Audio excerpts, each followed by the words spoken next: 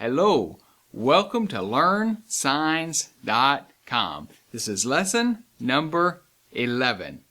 In this lesson, we're going to talk about how to notate signs or how to write down sign descriptions so that you can view a new sign that somebody's doing, write it down quickly, and be able to reproduce it later in case it's a new sign you haven't learned.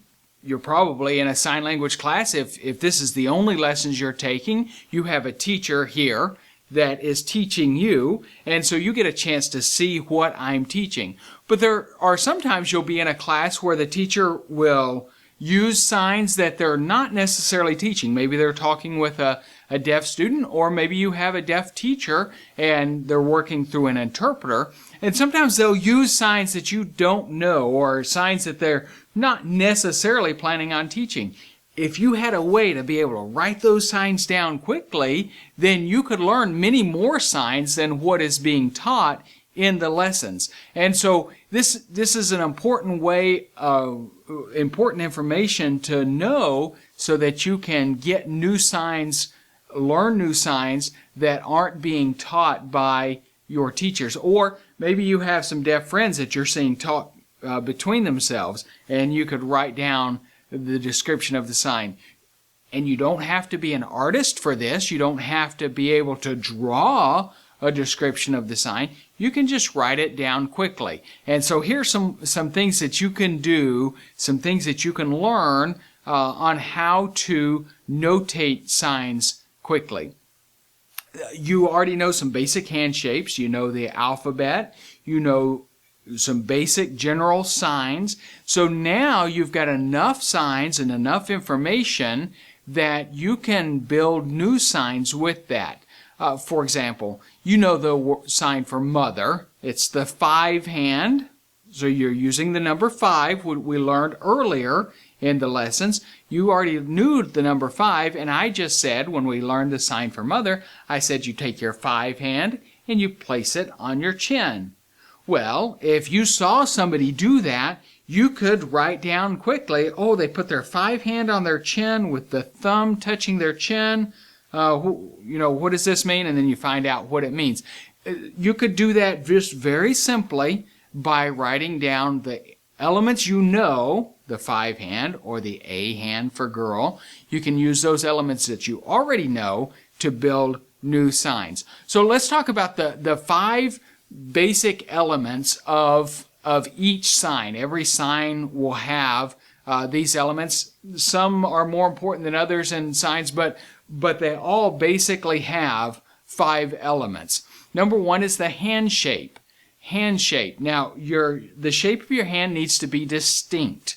You need to have a distinct action or shape for your hands. It's not lazy. Let's go back to the word for mother. It's the 5 hand. If you just went mother, it's not really distinct that it's a 5. It's just kind of your thumb sitting here. Well, that's not the sign for mother. So you need to have a distinct shape for your hand. So shape is the first one. You need to have a distinct shape in that. And then location. Where is the sign located? For example, the word no. The word no. It's your B hand or your mitten hand. The B is actually you pull your thumb in. And if I say it's a mitten hand, then I do it with the thumb out. And then it's bent. A bent mitten or bent B, and you're going to place it on your forehead, the fingertips on your forehead. So the location is at your forehead. For mother, the location is your chin. And then you have movement. What does the sign do? Does it move from top to bottom, front to back, or back to front? What is the movement of the sign? And so you have shape, location, movement, and then orientation. If you have the word mother again, your orientation is that your fingertips are up. Your fingertips are up. Your thumb is touching your chin, and your fingertips are up. So your hand shape number 1 is the 5 hand. The location is on the chin. The movement is that it comes in, or in this case, you would say you place your thumb with your fingers up, and that's your orientation, onto your chin. So those 4 elements right there tell you how to make the sign for mother. You've got shape, location, movement, and orientation. Now the 5th element is non-manual elements, non-manual information. For example, facial expressions are part of that. If you do the word question, you take your 1, okay, we're going to take our shape, our 1 hand, we're going to bend it over while moving in the shape of a question mark. Question. So we have shape, location is in front of you, movement is that it moves like the shape of a question mark, and the orientation is the palm is out. Now, you put the non-manual information is your facial expression. I have a question. A question. So you see all 5 of those elements in there.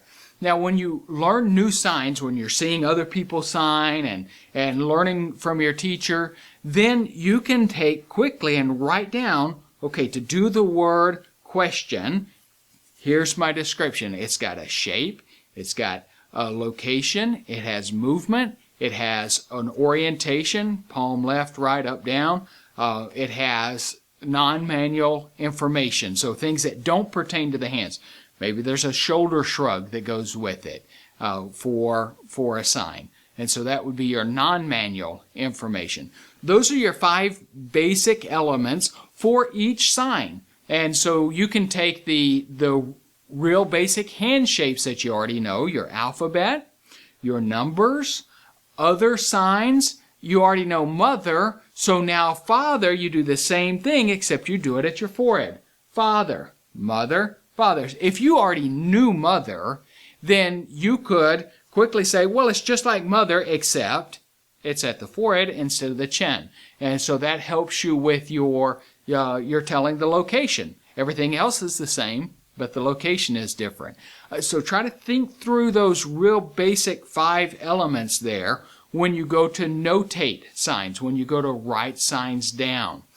So there's your 5 elements for how to use signs. You're going to see later, we're going to talk about what's called classifiers. You actually already know some classifiers, but in some cases you can say, well, it's the claw hand, and I've talked about that. I've used the claw hand. It's the 5 bent down into the claw, and that's a classifier. That's not really a number or letter or whatever, but it is a shape that is going to be used in many different ways. And you can learn you're notating new signs that you're learning. You can learn all kinds of new signs and notate them this way without having to be an artist. And so that's what I wanted to get with you on this lesson, is that you can notate signs, and you ought to. You ought to look around, maybe watch some YouTube videos that have deaf people telling stories.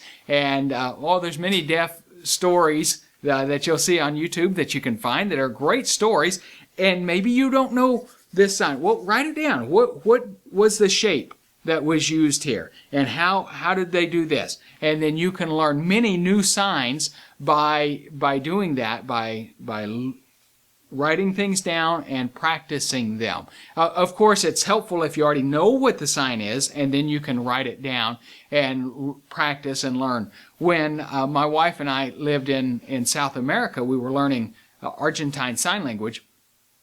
And what I would do is I would sit in my class. I'd go to class. My wife didn't. She also knows sign language.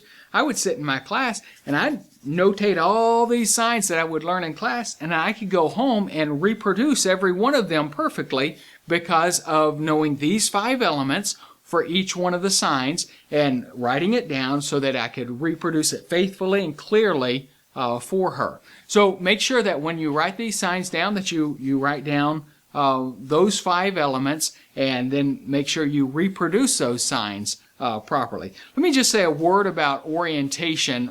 I think the others are pretty clear: shape, location, movement, then orientation, and non-manual information. Orientation, sometimes you'll see in books, if you're looking, they'll talk about your supine hand or your prone hand. Don't worry about those fancy terms. Just learn that and this is the way I do it. I do palm up or palm facing down, palm facing to the left or to the right. Now, if you're reading a book and it does the description, it says your palm faces left, then you need to realize most of the time books are written for right-handed people. So if you're left-handed and it says palm faces left when you do this sign, then for you as a left-handed person, your palm is going to face right. Now, up and down is still the same, but your palm left and right will change based on which sign is or which hand is your dominant hand. So if you're dominantly left-handed, then your palm orientation is usually going to be different or opposite on the left and right from what it shows in the book. And then down, palm up, palm facing you, palm out. Those are basic orientations. Fingertips up for mother, fingertips touching the forehead, and that would be your orientation for no, the word no. So think about those things whenever you're writing down orientation. What that means is, how is your hand oriented in space? And that'll help you out. All right, so your 5 elements of writing down signs or notating signs are shape, location, movement, orientation, and non-manual information. I will have this written out at learnsigns.com/11. We'll have the show notes for this, and I'll have these 5 elements written out with a short description of those. I appreciate you watching. Please tell your friends about the Learn Signs podcast, and they can subscribe to it as well and get the lessons each week or as often as I put them out. Right now they've been weekly, but just be watching for the new lessons each time they come out, and you can find that each time at learnsigns.com. This lesson is /11. You can find that there. Thank you for watching.